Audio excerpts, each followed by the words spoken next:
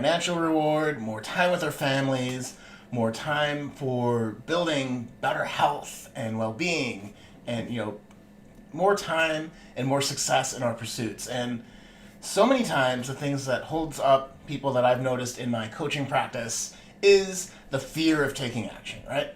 It's different from fear in general, right? If you have a bear in your house and you're physically threatened, so most physical threats or things that impact your physical well-being, fear's justified. It's usually short-lived. Bear leaves. Hopefully, you're not in fear anymore. But I'm talking about the fear of expressing yourself fully at work, in your relationships. I'm talking about the fear of change, right?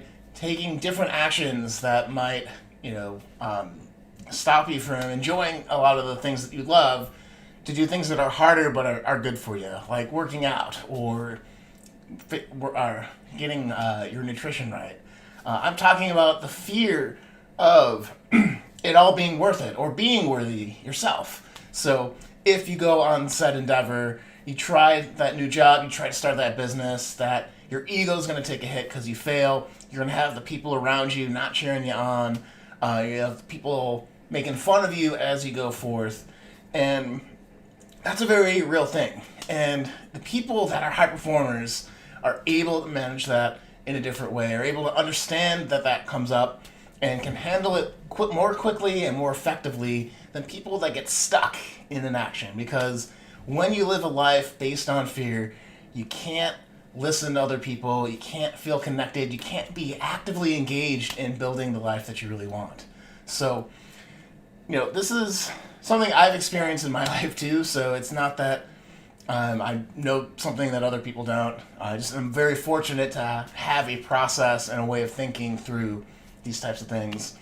And working with people with it, you kind of pick up patterns. But there's three basic types of fear that prevent people from taking that next step to move forward.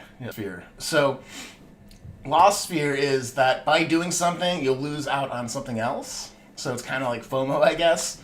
But in the instance of starting a business, you might lose a stable job for a little bit, stable income. If you're starting a new health regime, you might lose time doing something that you really love because you have to exercise. You might be losing some of those comforting foods for, stuff that's more nutritional for you, and so on and so forth. And, we because we fear that loss, we don't take the action to actually, give it a try, take a bet on ourselves, right? And if you have this type of fear in your life, if you're thinking to yourself right now, does this apply to me? Is there some place in my life where I'm fearing that I'm going to lose out on something if I take action? Really, you have to focus on, what do you gain, right? Sure, in starting a business, you might lose a little bit of stability and income, but you can build something that matters. You have legacy that you can gain. You can actually gain more rewards by working for yourself than for somebody else, potentially. Or you're just feeling more fulfilled overall. You're happier. You don't have to take direction from other people. You can kind of have that extra sense of freedom. So if you focus on that, and that's worthy to you, that's something that you really are craving and something that you really need in your life, you'll be more apt to push through that fear of losing out to take action, right? The second major type of fear that most people experience in my client work and in the high performance stuff that I study is process fear, right?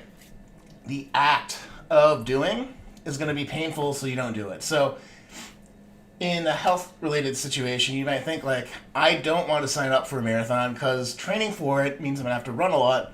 Running a lot is going to be terrible. So I'm fearing the process of being able to complete a marathon in that type of thing. But it could also be if I'm going to go for that promotion, I'm going to have to give up time with my family. I mean, the act of taking on more responsibility than maybe you're ready for. I'm really good as an engineer and, doing software, and I want to be a manager, but I'm not really awesome at managing people yet. Or I don't have that interpersonal skill that'll help me excel in that.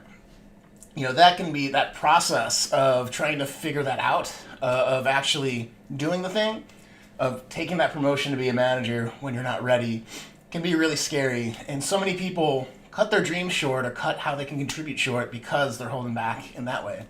So again, how do you get around the process type fear? And in most cases, it's just thinking like, what can I learn here, right?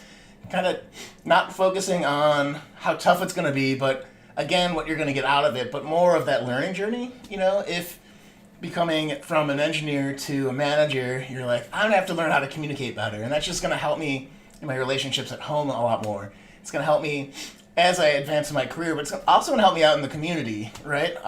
When I'm interacting with other folks. So relationships are going to improve by taking on this endeavor. And so making that the focus. Cool. If you guys are liking this too, I want to let you know that every Friday I take your questions. You can go to SeanButner.com/ask or check out the link in my bio to get to Ask a Coach on Instagram. So you can fill out a quick survey, and then on Friday, if you are able to come online, I'll coach you online one-on-one, so I get a little bit more context. You guys get to see how this high-performance coaching stuff works. And if you just want to submit a question, I can tag you in that episode on Friday at 10 o'clock, and I'll get your question answered as best as I can with the information you give me.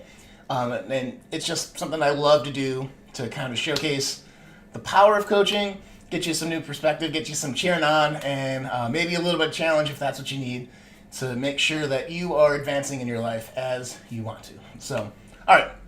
That said, the third fear that really kind of stops people, if the first one is loss fear, the second one is process fear.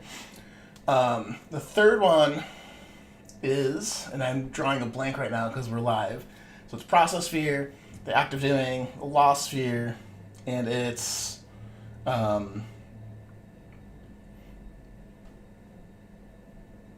opportunity cost, right? So that the fact that, or the grass might be greener on the other side. So if you accomplish the big goal, it might not be as full, rosy, as awesome as you're hoping it would be.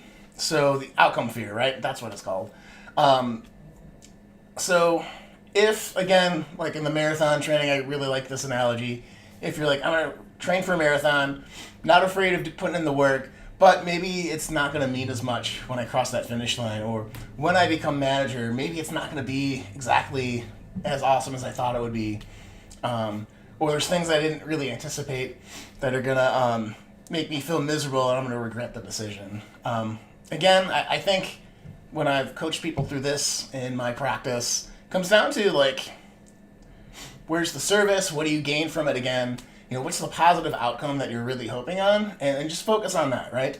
If becoming a manager means you can help your team, advance more quickly towards projects because you have some unique insights, or you can be that communication person for the team, that spokesperson for the team more effectively than not having a manager or replacing the current guy or gal. That's something to listen to. If it's for your family, like I can buy that house because I've advanced my career and have greater responsibility, more fulfillment from that, but also more from that financial reward to help and serve my kids and my family and help them out with shelter. That could be something worth focusing on too. So, and when you can focus on these and remind yourself, these are, a lot of times in personal development, people say, what's your why? This is a technique that can help you find your why when you feel like you're holding back. When you know that there's a next level for you, a next level of success, more for you to enjoy in your life, and you don't know how to get over that hump. So, that said, guys, make sure you go to SeanButner.com/ask to get your questions submitted for this Friday show.